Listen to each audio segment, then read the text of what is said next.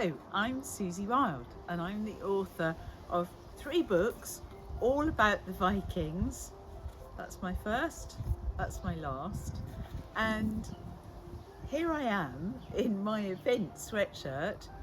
I'd better ask my skern, and skern was a completely made up word of mine, which I'll say more about because it's going to be part of your task when we get to it. What is a skern? Now I'm going to show you where I'm most inspired. I hope you can see it, but I'm actually now at the place that I've always found most inspiring.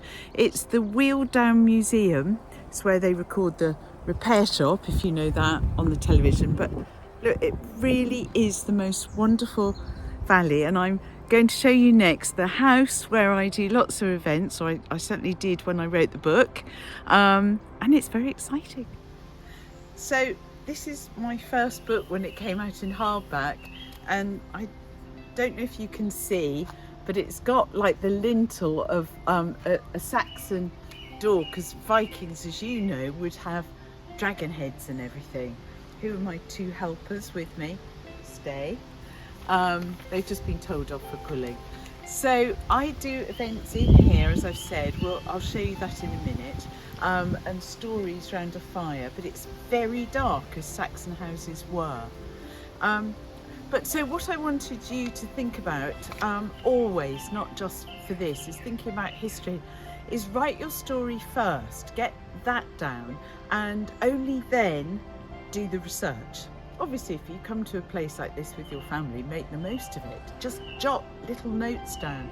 And you're always told in stories to think about smell, touch, taste. So just jot those things down. You can sort of have like a rag bag of material. You can sort of pull on that later for whatever you need, whichever story you're writing. And if possible, try and get some time alone, by which I mean, like now, I've come really early. Obviously, you'd probably be with your parents, but just have time alone to think. They can even be with you, but be in your own little world and literally take in bird song, the smell inside of a fire that's just gone out, maybe the taste of it in the air. Make it genuine. So this is where I would be telling my stories. The fire would be lit. It might be really cold, even snowy outside. And what I would be doing is giving people time to soak in that atmosphere that I've talked about. So when you've got your story, write it straight through to the end. Don't edit it as you go along. Just write it through. And only when you have the end will you know what your beginning should be. And then I've got a very special task for you, and you can put in special words. So I'm at my desk in the writing studio, and here is your challenge. I want you to speak to your grandparents, your parents, random older people, and discover what old words are used. But mostly I'm thinking family is best, because my family had words like sky, meaning to explore somewhere without knowing what you're going to find, or skit, which is something that splashes you, just a tiny amount of water splashing you. And so now to explain skern, I'm using the word the same as Philip Pullman had demons, which is from the Viking, probably he used, the Viking Fulgiar.